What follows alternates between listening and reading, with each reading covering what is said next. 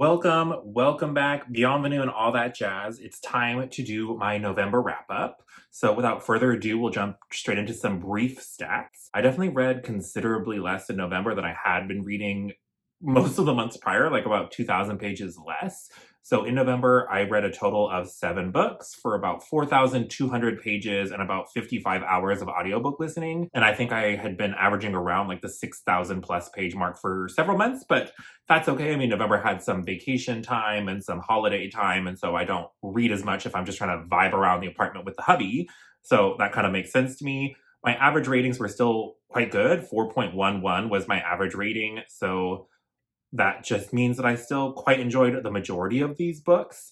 So with that being said, let's just jump straight into my ascending star order mini reviews. So my least favorite read of the month with a 3-star rating was Fool's Quest by Robin Hobb. This is book 2 in the Fitz and the Fool trilogy, which is the conclusion to the overall realm of the Elderlings, at least for now.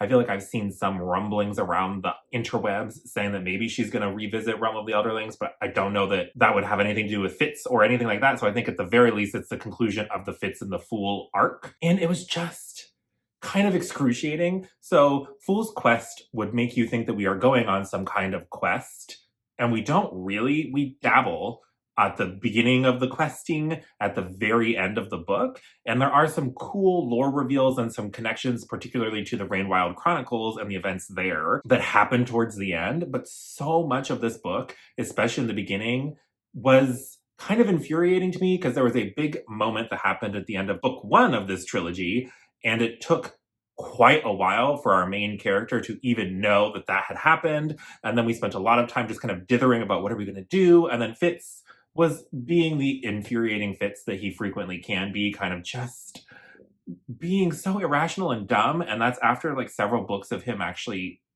feeling like he was maturing and growing. And I'm like, oh God, this is like old school Fitz that I just did not miss, did not want back. And it is what it is. Like, it's not a bad book by any means, but especially for me, where I eat up the plot and the lore and all of that kind of stuff, this book was a lot more of just sitting around Buckkeep, not doing a lot. So, and it is what it is. The next book that I'll talk about was my 3.5-star read of the month, and that was The Gods Below by Andrea Stewart. This is a start to a new series by her, and my first time ever reading any of this author's works. And it's kind of annoying. This one really sticks in my craw a little bit, so it might even be a little bit less than a 3.5, like, in reflection. But this one has such a cool world where there was this previous conflict between the gods, and as part of, like, bringing the world back, one of these gods sends these, like, waves of power through different areas, and when he does this, it, like, rejuvenates the land, but has really dramatic effects on the people that live there. It wipes out like half of them. It's almost like the Thanos snap. And then the rest that are still there kind of get transformed into weird hybrid beings. And so people try to escape this event that happens. And so that's really fascinating. We have this really interesting sister dynamic because in the very beginning of the book, 2 sisters get separated during one of these kind of events. And so we were spending a lot of time kind of building this really cool world. But then at one point, after like the 2/3-ish mark, we all of a sudden had this really weird but super lusty like romance element that was added, where these people, I kid you not, went on a little trip together for 10 days. And then all of a sudden one of them's like trying to convince them like, you should move to a completely different kingdom with me and we'll live happily ever after and we'll just escape everything even though you're basically in a cult. And like, it was just weird. It like caught me so off guard and was so cheesy and like not very well done for me that I was just like, what even is this? But I really liked the world, and like some of the god bits that were in there were really fascinating. So I'll probably continue with the series. But like those elements at the end, I was just like, what even is this? It was not great, unfortunately. Then the next thing that I'll talk about is my first 4-star read, and that was Foul Days by Genoveva. And this is the start of a adult duology. Second book is already available. I just haven't had a chance to pick it up yet. And it's kind of, it leans slightly urban fantasy feeling, but it's not our world. But there are, like, I don't know, like probably early 1920s, 1930s level of technology. There are cars, there's like electricity and lighting and that kind of stuff. There's some amount of like the city on the inside has more technology because it's more protected. Because in this world, basically once a year around the new year, these monsters kind of break through the veil and kind of run havoc through the like poorer areas or outside of the walled city. And there's some deeper lore things there. There are a lot of times though where you kind of just have to go with it because you're not really going to get a lot of the information until later on in the book. But for me, I think it was fun. And there was this almost element of like detectiveness and mystery that kind of kept coming up. And I love that kind of vibe. And so it's a lot of fun, but I do think that there's not a lot of time spent really fleshing out this world really deeply. So if you're kind of looking for a more kind of fun, plotty type adventure, I think that at least book one will really do it for you. I don't know about book two because I haven't read it.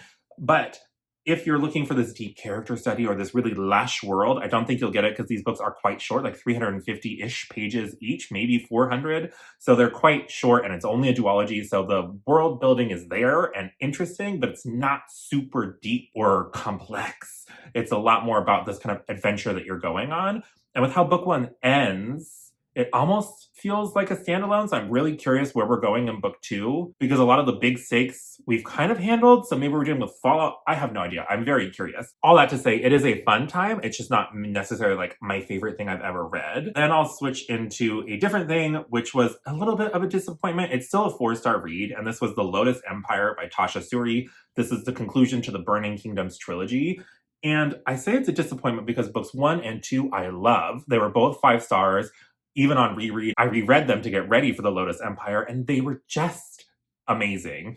This world is so cool and different, and it's just so lush, and I just love books 1 and 2. But then the Lotus Empire, I never really got a lot of the world building and lore answers that I wanted. We kind of just were like, oh, don't look too deeply at this, and kind of just skirted past them. And then we spent a lot of time, like maybe almost the first half of this book, kind of sitting around talking about and dealing with the fallout from the conclusion of book 2, which initially I was kind of appreciative of, because sometimes you have a cliffhanger ending and then we just kind of breeze past it and there's no harm, no foul. We really don't circle back to it. So I did appreciate that we were dealing with some of those things. However, like we did it for so long that when we got to the actual conclusion of this trilogy, it felt a little bit rushed, and we really didn't have a lot of the answers that I wanted to kind of make some of those moments a little bit more impactful. So it's just a little bit frustrating, but still, this trilogy is phenomenal, and I would highly recommend any fans of epic adult fantasy to check it out. It does some really fun things with the like evil empire trope that like humanizes the evil empire, and there's just so many fascinating things to do with this magic that's almost this like creepy plant human hybrid magic where you have like plants growing in and out of people's skin because there's this thing called the rot that's kind of expanding. So there's just a lot of moving parts and a lot of political intrigue and a lot of manipulations going on. So I still think that people should check this trilogy out. And it just, because books 1 and 2 were so phenomenal for me, book 3 was just a little bit of a letdown, but it's still a good, solid book. And the trilogy overall, I would still recommend to anybody and everybody. I do have a full spoiler-free review for book 1, The Jasmine Throne, that I'll link wherever if you want more specific details about book 1. But you should still read this trilogy, even though I sound kind of negative on book 3. It's just because the expectations were so high because books 1 and 2 were so good that it just was a little bit, eensy bit of a miss. But like the bones of everything that happened and where we ended up were satisfying. There was just too many unanswered questions and a little bit too much like, don't look behind the curtain. Some of these answers don't matter. Like, too much of that. And then the next thing I'll talk about was my 4.25-star read of the month, and that was Blood of the Old Kings by Sung Il Kim. This is a translated work from a Korean author, and it is very like almost sci-fantasy blended in a way that kind of like Magic Knight Rayearth is. There's kind of like mechs, but they're kind of like magic mechs.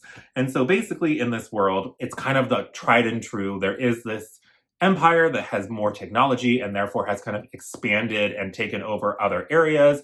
And there's the more kind of indigenous local people that are trying to fight back. And so at the start of the book, we follow this one character who's going into this volcano to make a deal with the dragon who lives there to get power to fight back. And so the indigenous people are a lot more like magic. And then we have some different viewpoints from the empire side of things, where you have one of the indigenous people living in the Empire City. And we also follow the third character who is this kind of magician, sorceress, and people who have any kind of aptitude for magic in this world are taken and put into this academy, but they're kind of just put there almost as a prison, because in this world, what they want the sorcerers for is when they die, they can do something to their bodies that basically turns them into magic batteries. And that's what runs their technologically advanced society. The mechs, their power for their buildings, it's all run kind of on the dead bodies of sorcerers, which is kind of dark. And we really just start to see these two different cultures clash. The three different viewpoints are fascinating. It's just really cool. And so I would highly recommend you check it out if any of that stuff sounds good to you. It is the start to a series. I have no idea how long the series will be, but just that world building premise alone was just so interesting to me. And it was a nice twist on that, like, rising against the evil empire, because you had different perspectives. You had somebody trying to escape that basically mage prison. You had somebody else who had kind of set themselves up as a detective and were kind of successful in the city after leaving their more like indigenous people home. And then you have the person trying to lead this rebellion against this crazy, powerful juggernaut of an empire. It was just a really good time. It's also super short, so like you can mix it in between other books, no problem. And we obviously need more translated work, so it's always fun to have a nice, epic, high fantasy translated work to kind of sink your teeth into, just to get a feel for how people around the world tell different kinds of fantasy stories. And then with that, we're kind of into my 2 5-star reads of the month. So the first one that I'll talk about was my reread, and that was Rhythm of War by Brandon Sanderson. This is book 4 in the Stormlight Archive. And I love Rhythm of War because we get so many cool answers to how some of the magic works. And there's this whole plot line with kind of these scientific experiments to get at the root of the magic and how to do different things. And I just eat all of that up. We also go back to a much more contained story at a more singular location for a significant portion of this book, and I kind of eat that up. I thought it was so much fun. We have done our full spoiler-filled chat for this, and so I'll link the chat because we have been doing the Great Cosmere Long. This was the second to last book. We are currently working our way through Wind and Truth, book 5, and our final live show of the Great Cosmere Long will be sometime in January, which is kind of wild because it's been 2 years in the making, but it's been so much fun. I've loved talking about these books with Angela and Jesse and Stephanie, and so I will link that spoiler-filled chat if you want to go have more deets there. And then the last book I'll talk about, or my favorite book of the month, because it kind of caught me by surprise, I didn't expect to love it, was The Scholar and the Last Fairy Door by H.G. Parry. And this is an adult fantasy, historical fantasy standalone. So we are post-World War I, and our main character's brother comes back from the war with this fairy curse. So he basically has a wound that's slowly turning him into kind of like a tree or wood. Because of that, our main character finds out that there is this whole hidden underbelly of a magical world that has been tried to be kept hidden. And so she actually finds out about it and then goes to study at the School of Magic, or the magical college that's kind of hidden behind Oxford. So if you kind of like that more British academia feeling, this has a lot of that. And so she goes to the school to try to learn more about fairy magic to save her brother. But fairies, because of the way that the deals work, basically in this world, the fairy magic, you can open a door to the Fae realm, a Fae can come out, you have to trap it with different circles, and then you can make a deal to get some kind of effect from the fairy. And so that's how it works. And so because at the end of World War I, somebody did this, and the fairy kind of escaped and killed a bunch of people, cursed a bunch of people like her brother, they have since sealed off the fairy realm. And so she's trying to get at this Fae magic, but they won't really let her. So there's some like forbidden research type stuff. If you really like kind of found family elements, she really comes into her own and makes these really good, strong, lifelong friends that try to help her. And they all have different motivations. They're trying to understand Fae magic. And there's kind of 3 main sweeps of this book. We have her at school, and then we have some kind of exciting incident at the end. And then we have her after that, as she's kind of settled into her more adult life. And then there's a third component where things really hit the fan and stuff happens. So I could see a world in which this was almost like a trilogy condensed into a standalone. But for me, the main point was this girl and her family relationship with her brother and trying to save her brother while also navigating this like friendship group and feeling like she's found her purpose in life, and then feeling some amount of like she's abandoned her family. So there's just these really interesting dynamics within the friend group and with the family, and just the world building was enough that I just was like so fascinated. There was lots of twists and turns and fun things that happen in the plot as well. But just that idea of finding yourself and finding your people that kind of share similar interests and values with you, and then how that can shift as you grow older if you have things that come up that kind of put you at odds with your previous friend group. And just, I thought it was really fun, interesting, and I would just highly recommend it. I haven't heard really anybody else talk about it that much. And so I would say if that sounds at all interesting, please read it, because I would love more people to read it. But that brings me to the end of all of the books that I read in November. If you just want to leave an emoji, leave some kind of fairy for the Scholar in the Last Fairy Door. Other than that, do the rest of the things if you want to. Like this video if you liked it. Subscribe if you want to see more bookish chats like this from me. But that will do it for today. So I hope you have a great rest of your day, and I'll talk to you again soon. Bye!